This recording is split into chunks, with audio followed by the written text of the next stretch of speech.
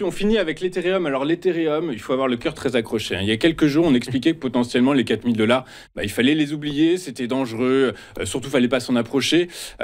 Là, il y a une étude de CoinShare qui vient de sortir. 1,9 milliard de dollars sont entrés la semaine dernière sur le marché des crypto-monnaies, portant les flux cumulés du mois à 11,2 milliards de dollars, alors qu'en décembre 2024, on était à 7,6 milliards de dollars. Et en plus de ça, c'est l'Ethereum qui en profite le plus. Du coup, ça y est, les 4000 $, c'est plus vraiment un objectif. On va les atteindre. Maintenant, on peut regarder au-delà. Ou est-ce que, un peu comme, est-ce que c'est un seuil hyper symbolique, les investisseurs vont prendre leurs bénéfices et auquel cas, on s'en méfie toujours ou non? Allez, les 4000 $, on voit plus haut, on est confiant.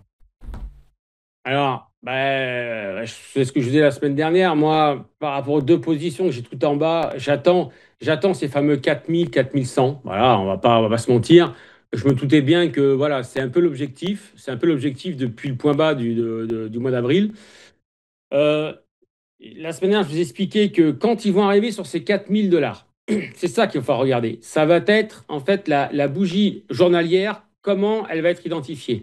Est-ce que ça va être la grosse mèche au-dessus avec une réintégration sous ces 4000, ce qui veut dire qu'il y a de part tout ce qui est smart money, les gros investissements, eux, vont chasser et récupérer la liquidité au-dessus pour chasser des stops. Et ensuite, ça va corriger. Et effectivement, je pense que ça devrait corriger. Mais maintenant, je peux pas le dire maintenant. Ça va être la confirmation de la bougie journalière qui va nous le dire.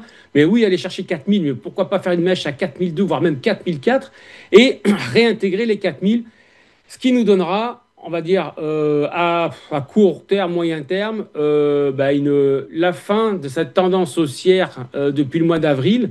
Alors évidemment, quand je dis la fin, c'est pas, faut pas prendre au pied de la lettre ce que je dis, hein. Je ne dis pas qu'on va redescendre à 1630, non. Mais un retour me paraîtrait légitime, proche des 2008-3000, puisque c'est un niveau technique qui a été cassé et qui n'a pas été testé. Donc voilà, moi je pense que s'il y a, il y a un excès au-dessus de ces 4000 avec une réintégration, il faudra surtout pas s'entêter à acheter.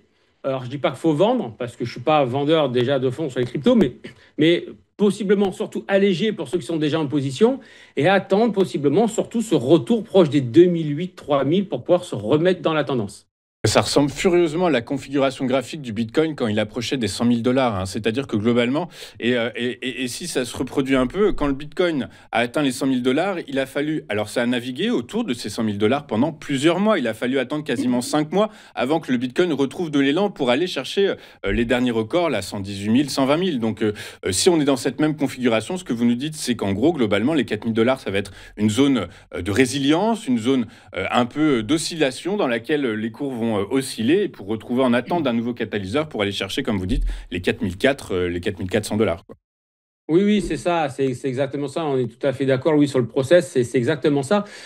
C'est pour ça que je me méfie même d'une cassure hein, des 4100 hein, en clôture, parce qu'ils peuvent casser ces 4100 en faisant croire à tout le monde que ça va partir et on est reparti tout en haut.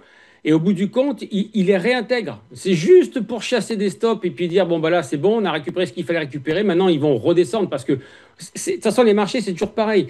Quand ils donnent des grosses impulsions, à un moment donné, ils ont besoin des phases de latéralisation ou alors des phases de ce qu'on appelle de correction, pas ce qu'on appelle des phases de retournement. Je ne parlerai pas de retournement, mais une correction soit latérale, soit une correction qui va redescendre tranquillement parce qu'il faut toujours récupérer. Les gros gérants de fonds ont besoin de récupérer de la liquidité pour repartir dans le sens principal. Et là, je pense que le niveau des 4000, ça peut être très piégeur. Très clair. Bah écoutez, pareil, on va suivre ça avec extrêmement d'attention. Malheureusement, nous on part en vacances. Alors malheureusement, heureusement, on part en vacances. On est très content et on attend ça avec impatience. Mais en tout cas, donc ce que je veux dire, c'est que on se retrouvera à la rentrée et il va falloir attendre la rentrée pour voir dans quelle mesure le scénario que vous nous proposez se valide ou non, puisque j'espère, Ludovic, qu'on vous retrouvera la saison prochaine pour de nouvelles analyses. Oui, il n'y a pas de souci. Écoutez, merci beaucoup d'avoir été avec nous tout au long de cette saison. Ludovic, je vous souhaite d'excellentes vacances si vous en prenez.